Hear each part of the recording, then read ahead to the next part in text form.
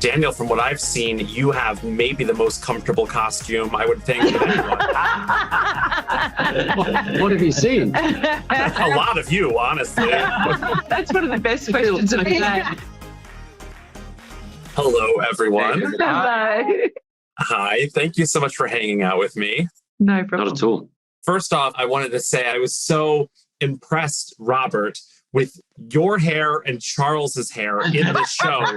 You have the most beautiful heads of hair. I assumed it was a wig, but he's got this beautiful mane. Yeah. Was yours a wig and or did you cut your hair? Yeah, no, it is my hair. It takes a lot to get it there, but it is my hair. Yeah. It's fantastic. Kudos to you. That's one of the best questions I've had. That's a question that could go to all of us. Pretty serious hair alone. Oh my God, great hair. Sarah, Daniel, I couldn't help but think that it's about how much fun you must be having on this set, because it just feels like you're just out in the woods playing at like a Renaissance fair. And I just wondered what your downtime was like while shooting. It is literally exactly as you said. It's like playing out in the woods, like a massive cosplay. It's so much fun. In terms of downtime, we did lots of things. We used to sing songs, led by the indomitable Lenny Henry. We would sit around singing, and actually some of our extras of the Halfwits had some amazing singing voices. So there was a lot of singing. And we also hung out playing Celebrity Head in the wee small hours. But sometimes we'd also just wander through the area because it was so healing and peaceful out there. I mean, the New Zealand landscape is incredible. So, we had a lot of fun on that set. We often didn't want to leave by the end. We were just like, we want to stay here. We stay true to each other with our hearts even bigger in our feet.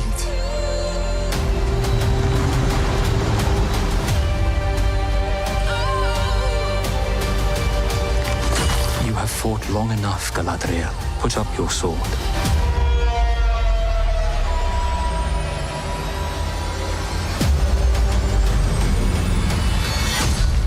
Without it, what am I to be? Daniel, from what I've seen, you have maybe the most comfortable costume, I would think, of anyone. What have you seen? I mean, a lot of you, honestly. I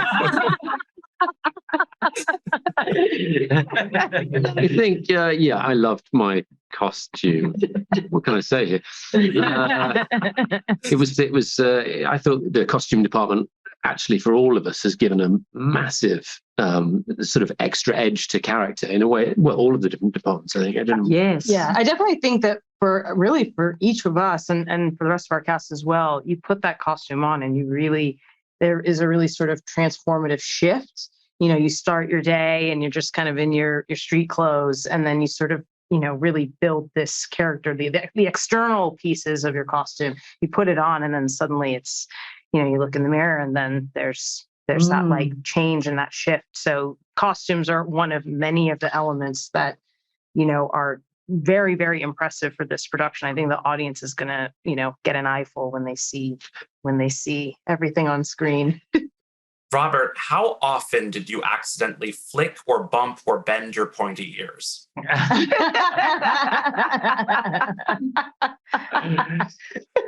They sort of like glued to your. They feel like, I'm sure I can feel stuff when I sit in the ear, woven onto your ear or something. It's like they're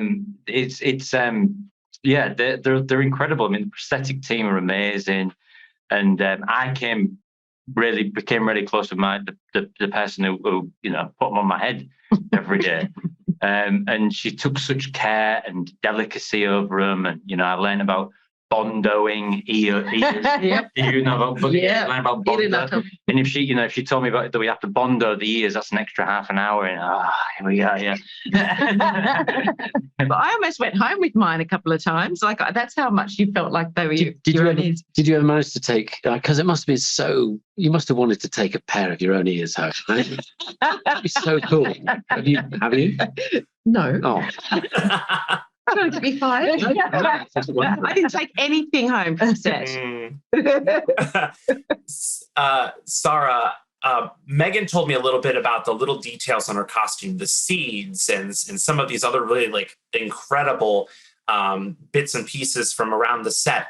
And I wanted to get your take on that, on what you saw around the set or costumes, these attention to details that you just went, wow, that's incredible.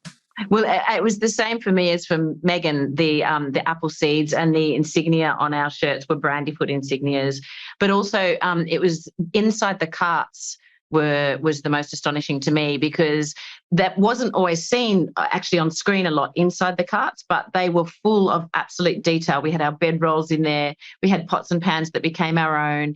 We had tools that the halfwits would use to gather fruit. We had baskets.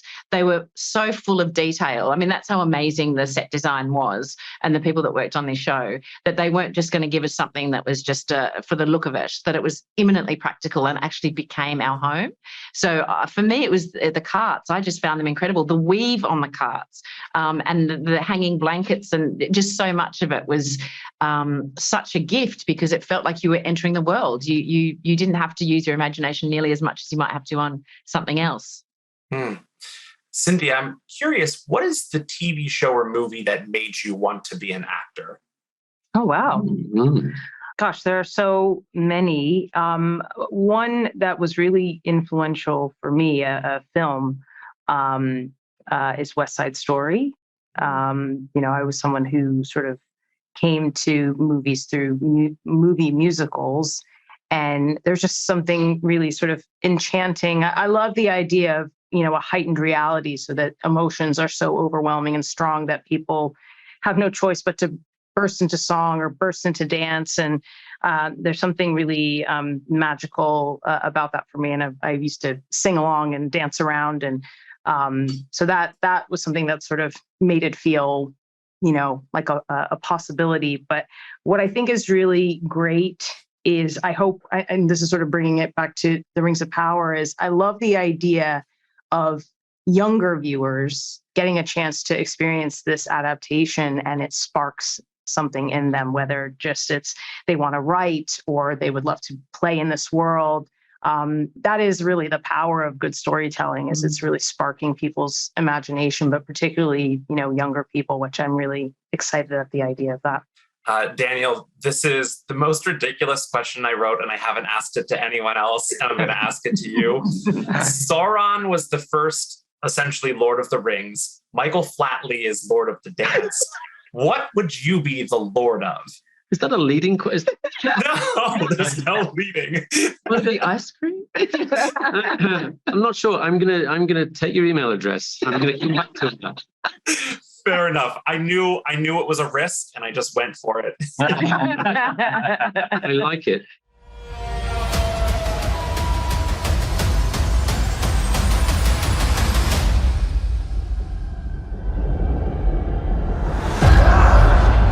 My brother gave his life hunting the enemy. His task is now mine. Speak your truth. We already know. Stand with me. Ours was no chance meeting. Not fate. Nor destiny. Ours was the work of something greater.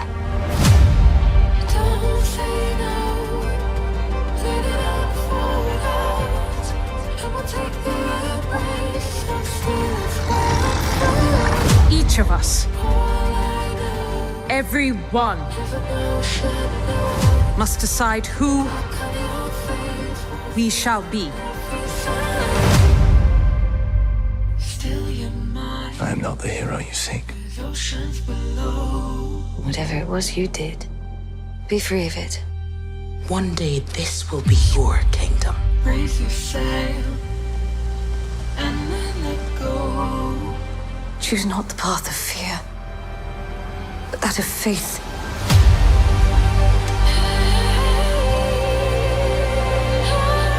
One thing we can do, better than any creature in all Middle-earth, we stay true to each other with our hearts even bigger in our feet.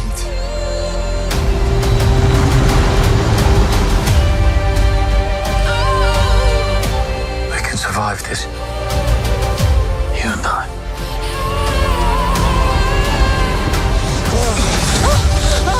Commander! Wait! No! We keep moving! Why do you keep fighting? There is a tempest in me.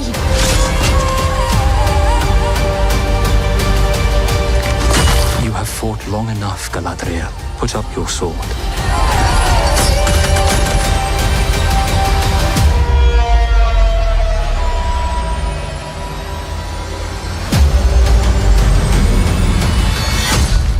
Without it, what might it be?